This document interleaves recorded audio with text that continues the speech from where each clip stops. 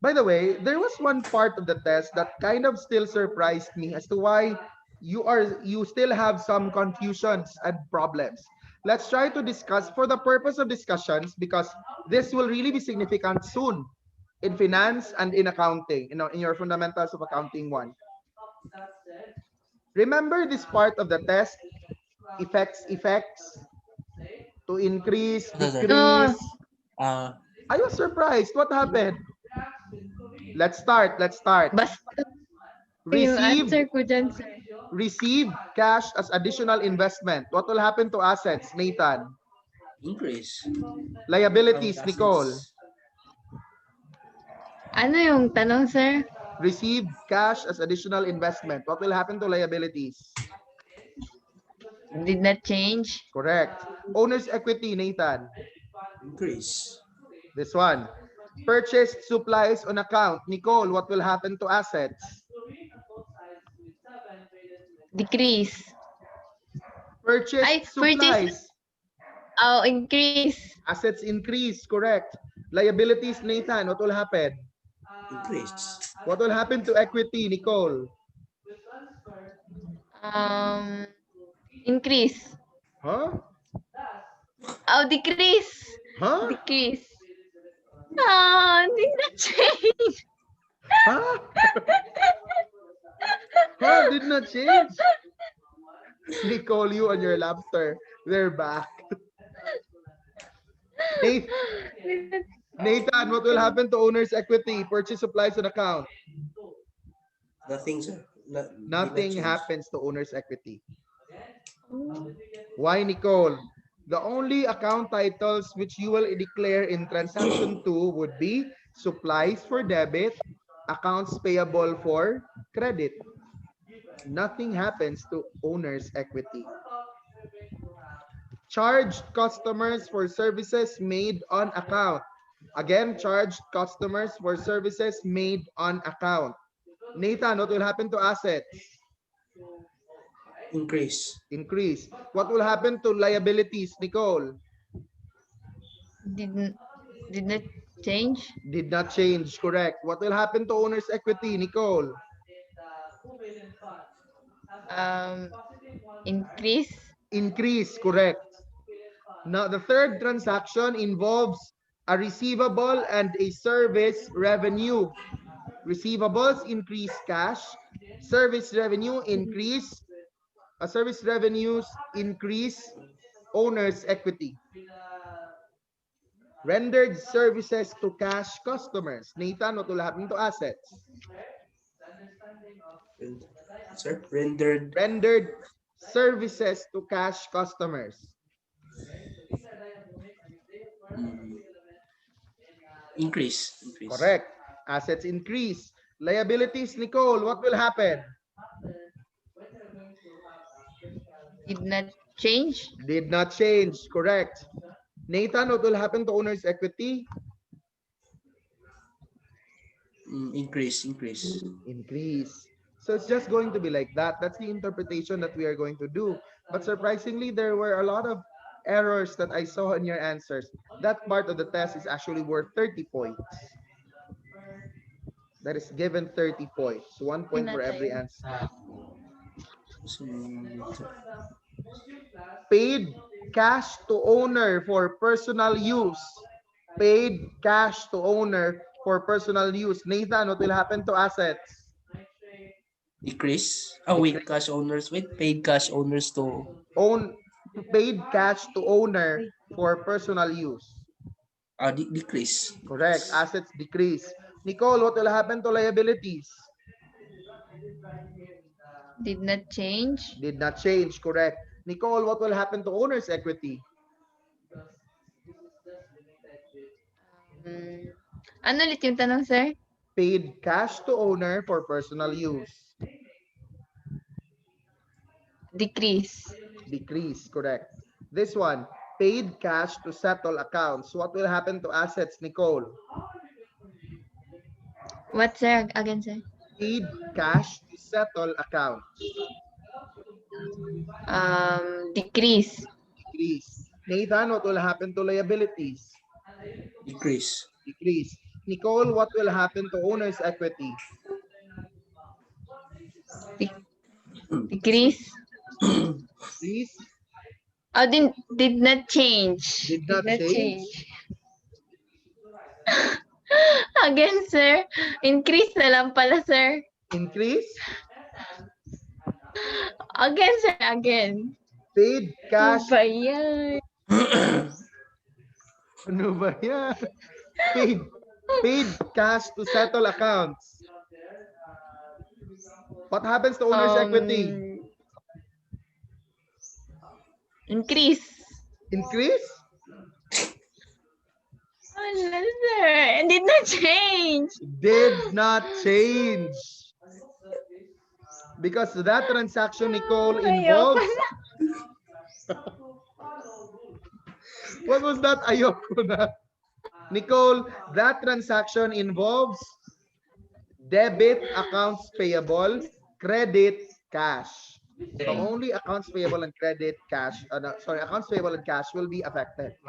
For fundamentals of ABM1, expect for something like this. We are still on the accounting equation, take note. Let's now go to the lesson, the first lesson in business finance. And that's on ratio analysis and cash flow analysis. Have you seen the part with a lot of formula? Wait, sir. Memorize the formula ha, for the QE. I will not Hindi let... mo pwedeng isulat sa ano, sir? Index na lang, sir. No. Memorize the formula. So you Sir, have... ang dami, oh. No. Sir, sulat na lang, index. Index card? No. Nathan, I think you would not want for this to be placed on a separate paper, Nathan, no? Nathan would prefer that it be memorized. No. Nathan. What was that, Nicole? Nathan. I would not let you write the formula somewhere. You should memorize this formula. All of them. Ma-memorize na. Yeah, don't worry.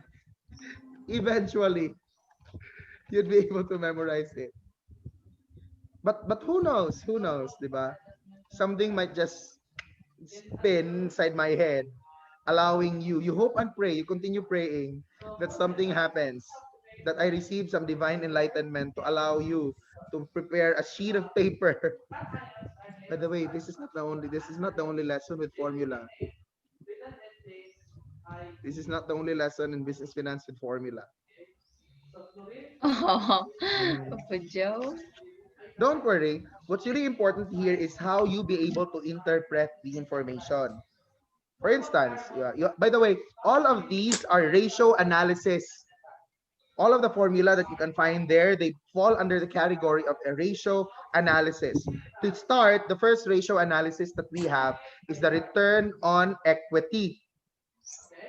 What's the formula for return on equity, Nathan? Net income of sir? What's the formula for return on equity? You just have to look at what the computer shows you. internal equity? Wait, sir. It's in the module. Is that here, sir? It's in the module, of course, it's there. I will not ask you if it's not in the module.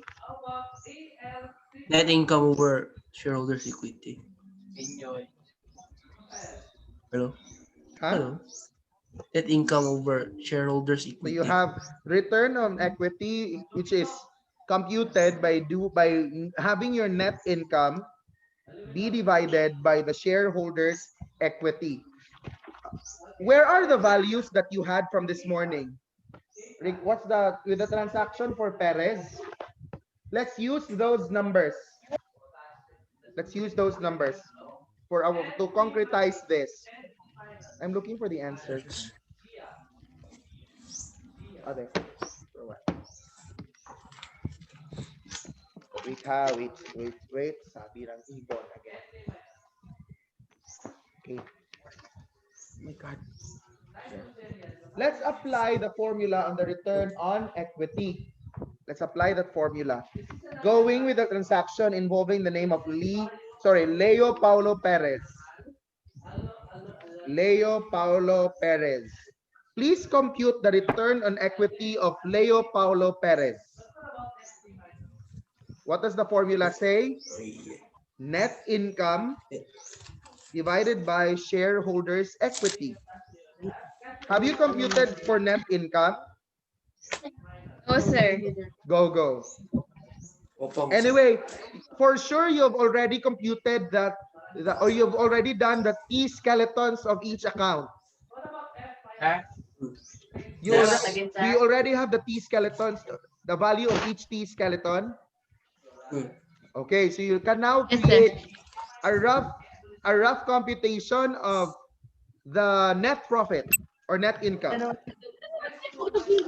Net income, of course, is income that is already free from any deduction. So it's already clean. Deductions have already been charged from it. It's now the final amount. Net income represents either a loss or a profit.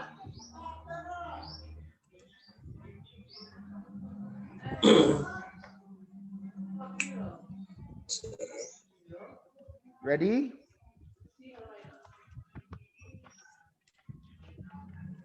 Wait, sir.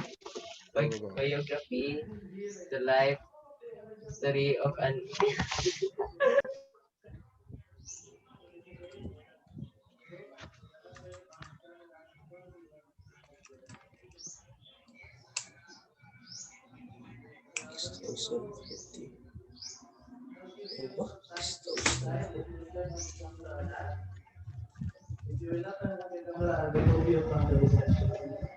then I'm still finding my periodic table, sir.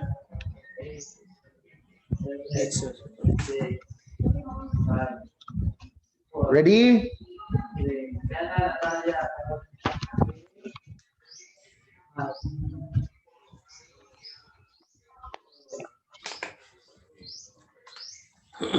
Sir, ano yung shareholders equity? Yung Shareholders owner? equity is the owner's equity. Okay, The owner's sir, thank equity, you. correct. Of course, the term shareholders equity is not far from being used here, especially when it comes to corporate structures. A shareholders equity or owner's equity can mean the same thing.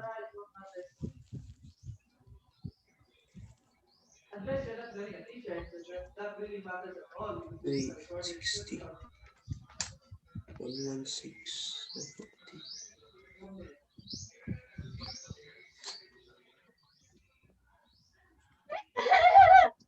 Wait.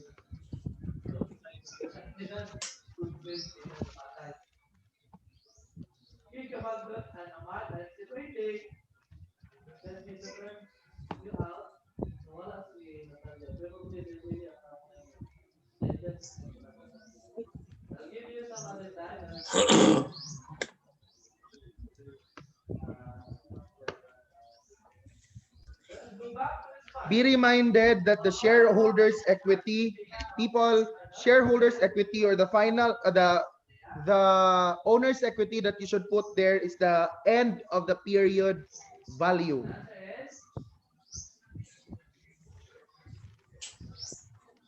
It should not be the initial value of equity.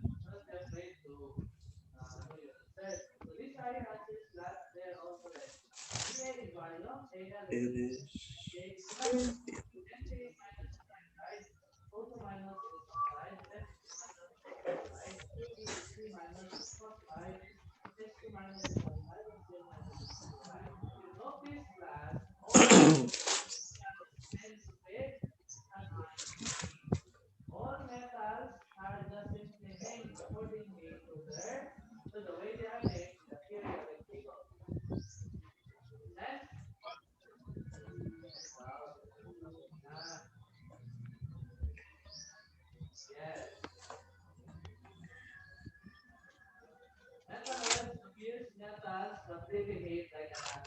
They will participate in a chemical reaction. They are treated non-metals.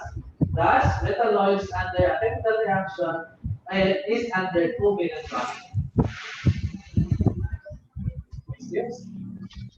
So let's proceed then. So example of compounds, ionic compounds, we have here sodium and chlorine. So the name is sodium chloride.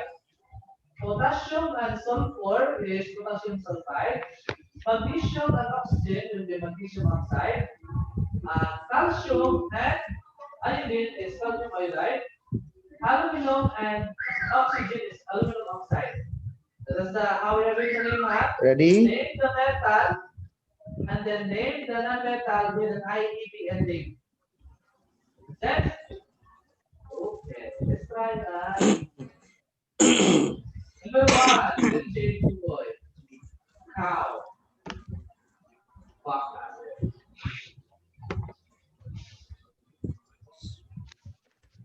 Okay, let's go back to the example of Merideda, so that Merideda will be not confused. Again, name the metal, and then after naming the metal, the non-metal, you'll end it with an IAD.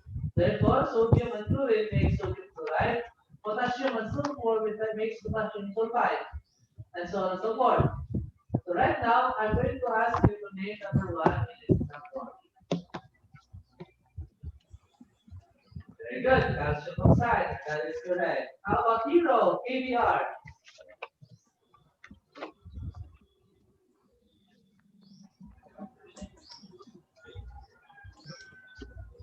H potassium, BR is bromine. Go. Done. Potassium bromide. Bromide. What is the percent of the return on equity? By the way, express your answers in percent form. So you'll still have to multiply that by 100%. What is the expected percent of return on equity? Sir, hapit no. 16.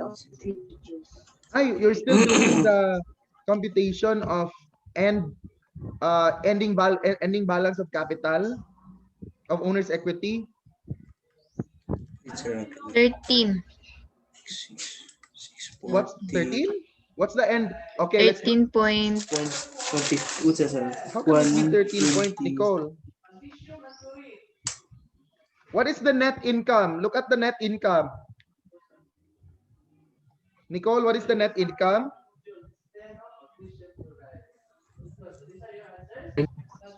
Yun, okay na. So then, Nicole, net income is 126,000. net income. Net income. 13.24%. Net income, people. Are we all on Paulo Perez transaction? 13.24%, sir. Right? People, what is Nathan? What is the net income?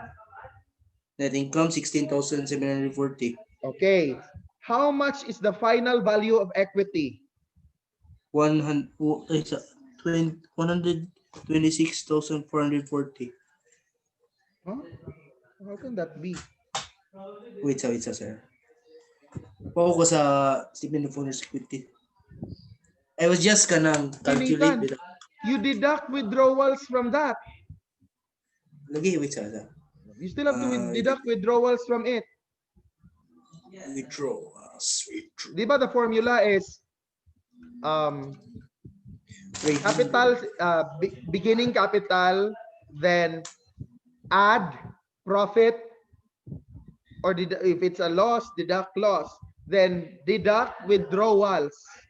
That would lead to an increase or a decrease in owner's equity. As you've said, there is an increase of 6,440.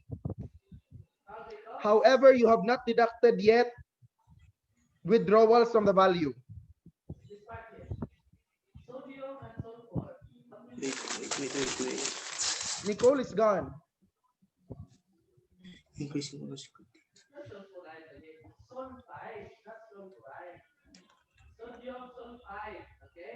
Nicole? Ano sir? 16,740. Correct. Mali ba? What is the value of the final what is the equity value at the end of the period? 126,440. How did you compute that? 640. Oh, 600. Ay, 1,000. 440. 126. 640. 126,440. 640 Joke. po. 640 mo. Kuan man sir, Oh capital. okay. So it's yeah. My computation is wrong. Giad gididak Yeah. mo siya. So So it's 126440. What's the percentage? It's 13.39, 38. 24. 13.239. Isa 24. 13 point kapin sa to eh. 13.24. Round off, sir. 4. Of course, the round off. Let's agree, ha. Let's agree. Round it off to 2 decimal places. Kasi So you have 13.24. That's the rate of return on equity. But how much is it exactly? So once you arrive at that computed percentage, you use that percentage and compute it against the final value of equity.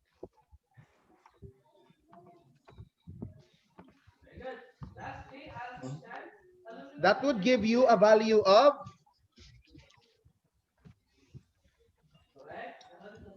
What, sir? Huh? so the percentage that you have will be Oh, used, na will be multiplied to the final value of equity. final value of it. Time. Final value of equity. Yung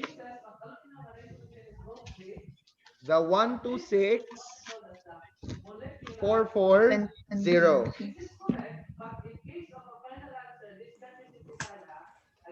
1,000, 160, ay, joke. 1, 2, 3, 1,674,000. Wait. The percent, Nicole, will have to be turned into decimal value. Ay, joke! Wait, sir, mali pala ako. Wow. It's a return on, Nicole, it's a return on 16,740. investment, so it's expected to be lower. So the value, Nicole, is 16,000 6,740. 66. 40.66. So Point 16,740.66 is the expected return on equity of Perez for that month. What is the month here? Let me check. June. For the month of June. June. Of course, the computation of ROE could be done monthly or yearly, depending on how the business wishes it to be computed. Nicole, you might want to do this with your store, ba? Let's answer. score. You might want to do this in your store.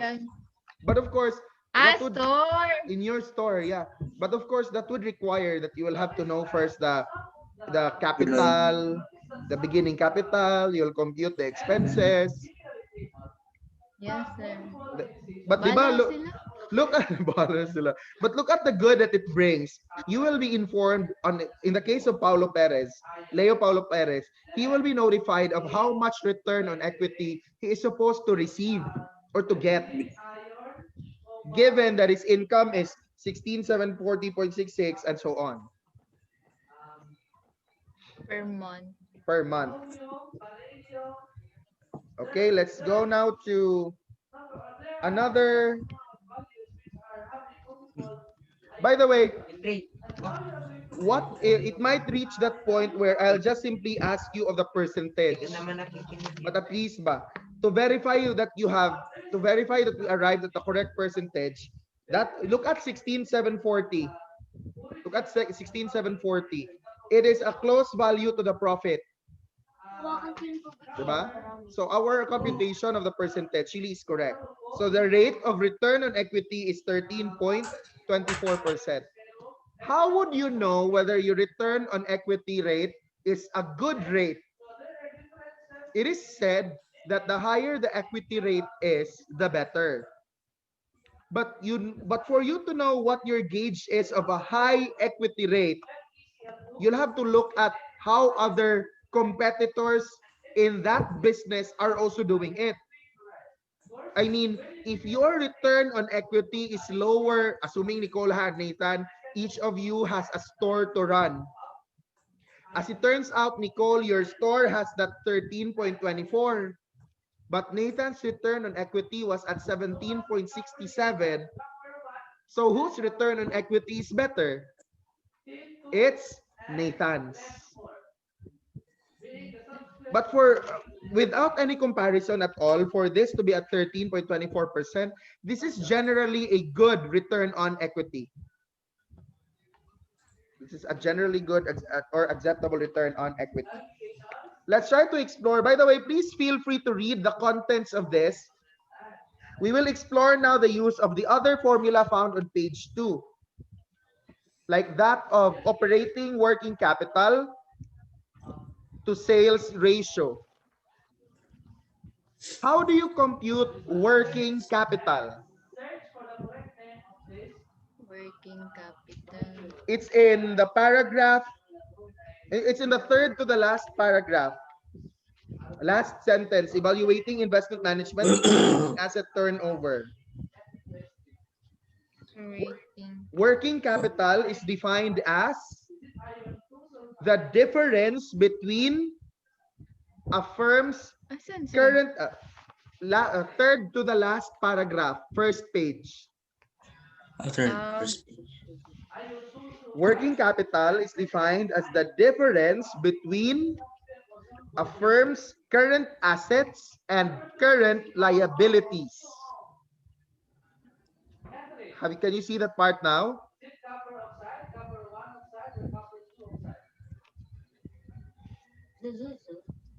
Can you see it now? No, sir.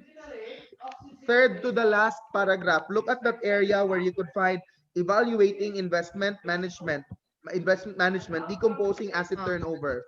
Last sentence of that paragraph. Current assets. Working capital. Working capital is defined as difference between first current asset and current liability. So again, you have current assets minus current liabilities. Take note, current assets only minus current liabilities only. Remember this morning we had a lesson for current assets and current liabilities. So, like what I said this morning, that discussion is really significant to business finance. So cash and current assets. If you look at your module 1 for fundamentals of ABM, here are the current assets. While current liabilities are also here. They've already been identified for you. So, if we compute the ratio, of course, you're not doing sales. You're not doing sales. Because you are doing, we will not use sales because Leo Paulo Perez is doing a service industry. So we will use service income or service revenue instead of sales. Not net income. Take note, we are not using net income or net revenue. We are going to use the raw value for sales revenue. Ready? What is then the value of our operating working capital? So we determine first you look at the T skeletons that you made, you determine the value of your current assets.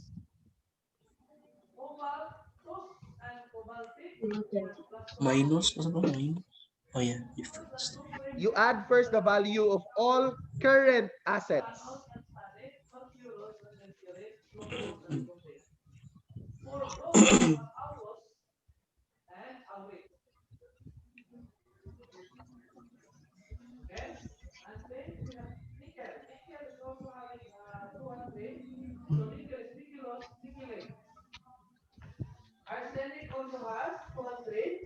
$60,800, sir. 60,800. Why? Did you include equipment, Nathan? Di ikuan na, sir. Current assets, di ba, kay sa kaperes kay cash ra. Is it There's only no cash? may accounts receivable. Is it only cash? Wait.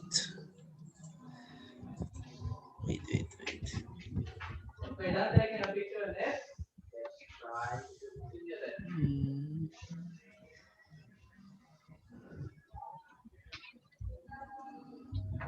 For example, here, Yes, sir. I think cash. You look at the transactions, Nathan. Wait. Nicole, do we only have cash sir, as our current asset? Service income pa, sir? No. Do you look at current assets? Is cash our only current asset? No, sir. There's one more. And what is it, Nicole? Expenses? What is it, Nicole? Service income? Asset. O ano yun? Expenses. Capital. Asset. Asset, yun. Supplies. You look at transaction C. Look at transaction C. Supplies? Supplies, sir. Oh, supplies. You look at the notes in fundamentals of ABM. Supplies belongs to current assets. Oh. Oh.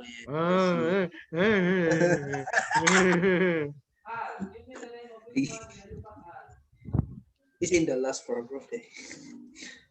Sir. and what is the component for that from chloride? Minus and price liability. The main mistake, the elements symbol, by the way, we stated to the Latin lumpo,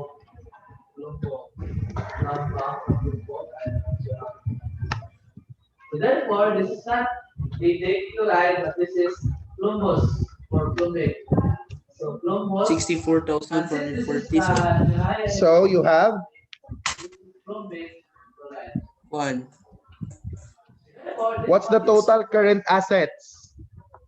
It's And then there is 170,440. Wait, let me check. Okay, what's your total current liabilities? 53,000. So what's now the ratio? Ano yung hinahanap natin ulit, sir? The ratio. Operating working capital to sales ratio. Ano yung sales, sir? 64,440. Sales here, Nicole, since we are not Service seeing, income? like what I said earlier, the nature of Paulo Perez's business is service. So we will use the raw value of service revenue or service income.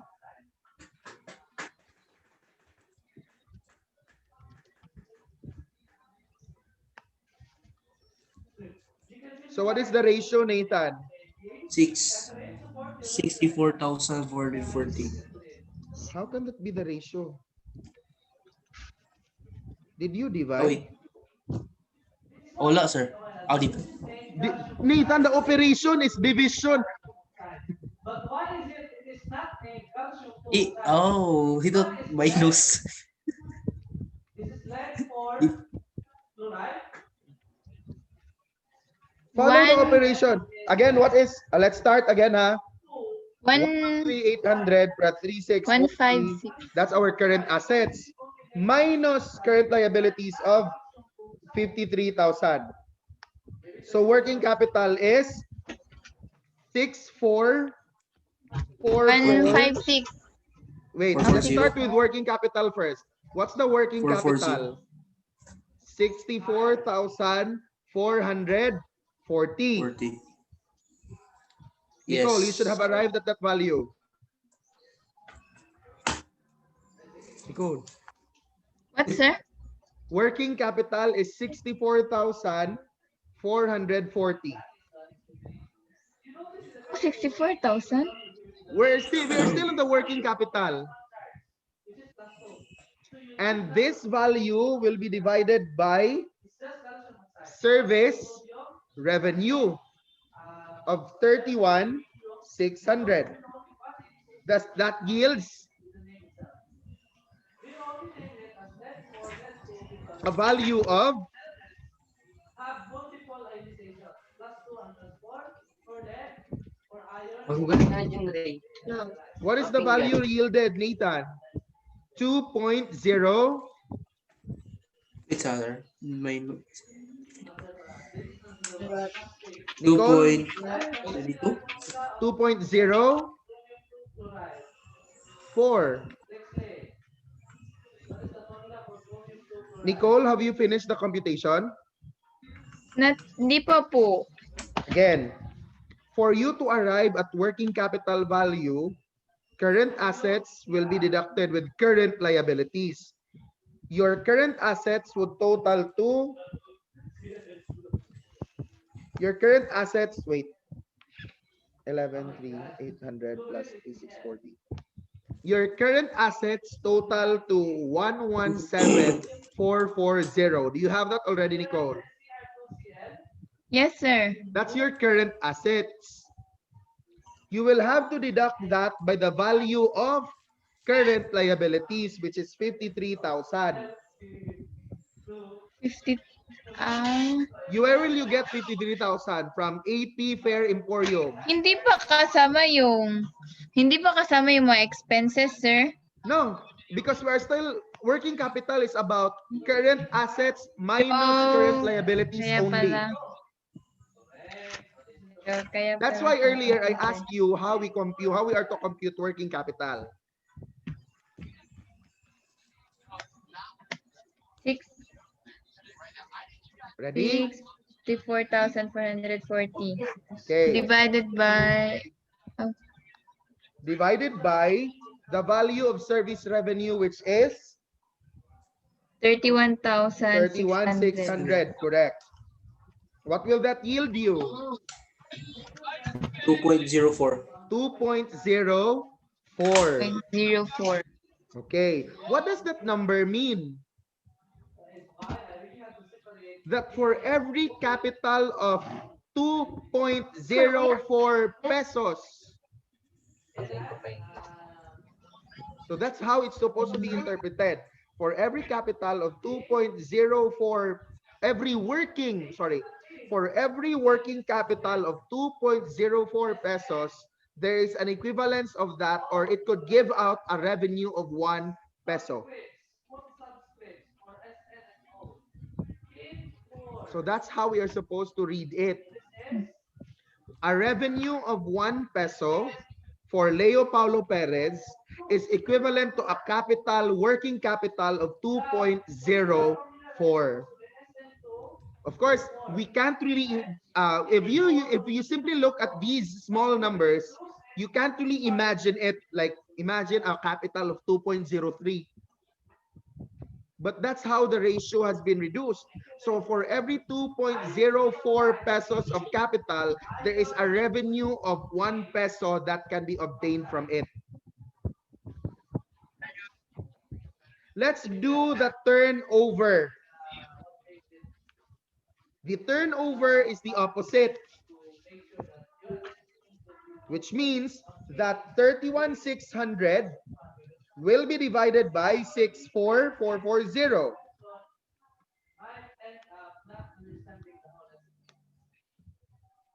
So we have 31,600 divided by 64,440, and that would yield what percentage is the turnover? 0.49. Percentage now. 49%. Turnover, correct.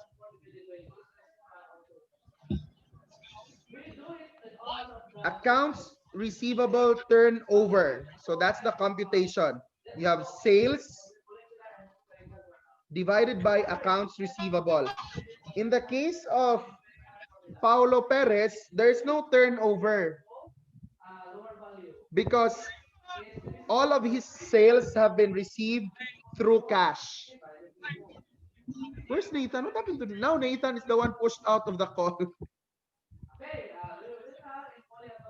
What does a turnover mean, Nicole? Turnover.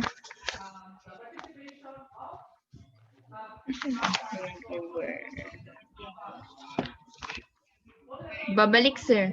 Correct. Just that simple, just that concept ba? How much of it could really go back? How much of the sales, like how much of the working capital could really go back to the business? How much of the accounts receivable could go back to the business? And that, remember the case of, just imagine the case of Paulo Perez. Why can we not compute a receivables an accounts receivables turnover? Because there's none. There's no receivable. There is no accounts receivable to be computed. It makes sense, di ba? Unless, of course, assuming that there's an accounts receivable of 50,000. So let's try to assume, Nicole. There's an accounts receivable of 50,000. So let's divide that. 31,600 divided by 50,000 times 100.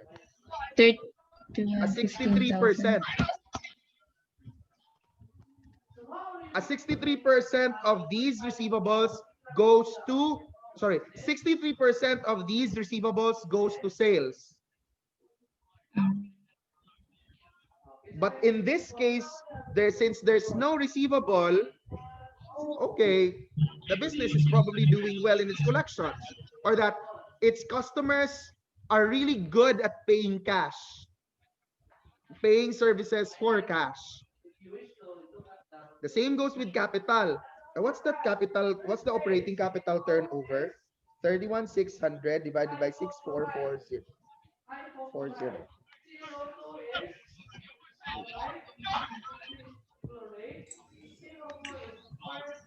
49%. Therefore, 49% of the capital goes to sales.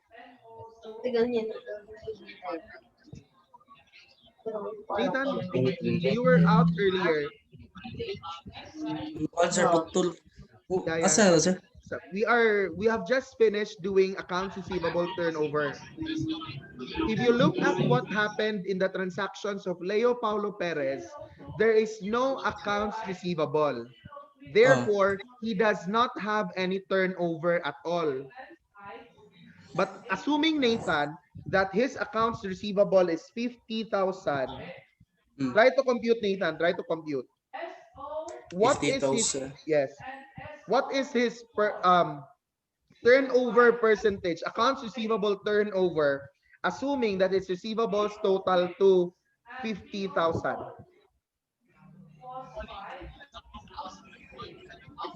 So it's 31,600 divided by 50,000 times 100. And that is? What's that for, huh? Look at the note. 50,000. It's in your module ba? Sales or service revenue divided by accounts receivable. So the one with lesser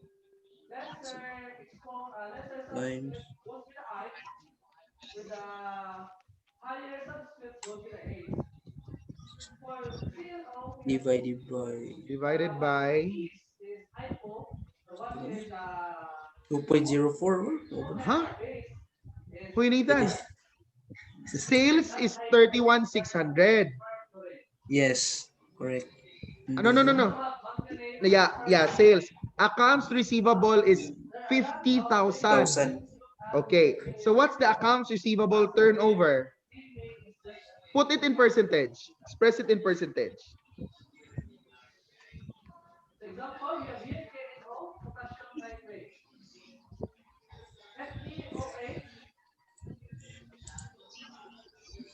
FeOH. What's the percentage, Nathan? Wait, I'm lost. Uy, there are only two things here, Nathan. Sales, which is already known here as 31,600. I gave you the value for accounts receivable. Oh, 50,000. Okay, what's the result? Multiply it by 100%. What's the result? How can you still be lost? Wait. Nawan ako siya. Nathan, 31,600 divided by 50,000. Lagi. times And then 100%. 63.2. 0.2%. That would tell you that the receivables is contributing 63% of it to sales.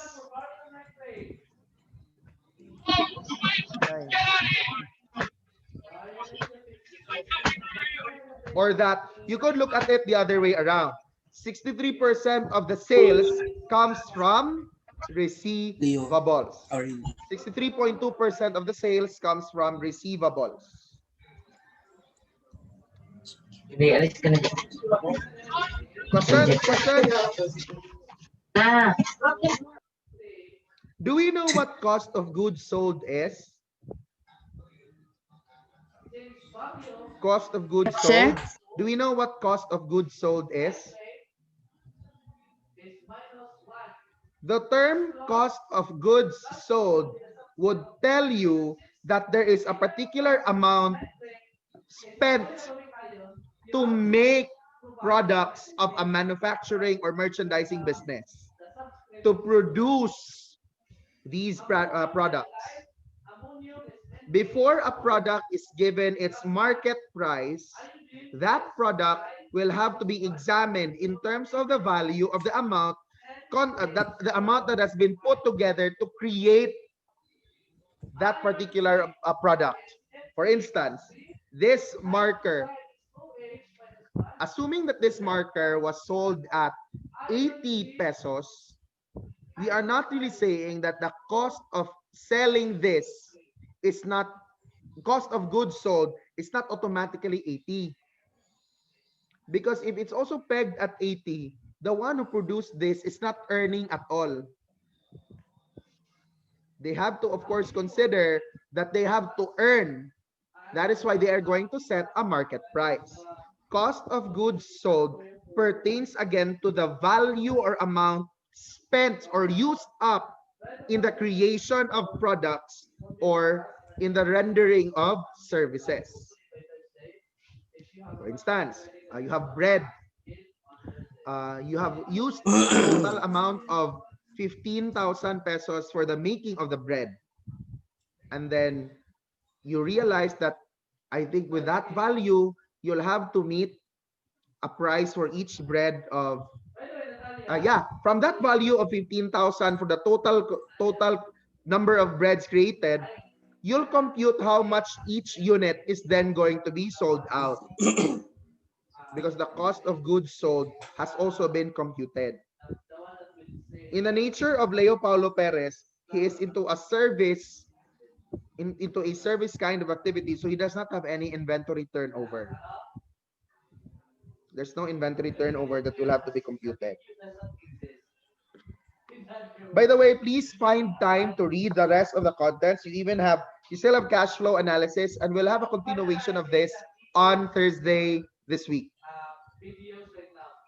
So expect computations will proceed still on Thursday. And as of this time, I think you are still not yet going to use a separate sheet of paper for the formula. You'll probably have to really memorize this. Maawa ka naman, sir. Yes, that's already it. Aawa na ako dyan, Nicole.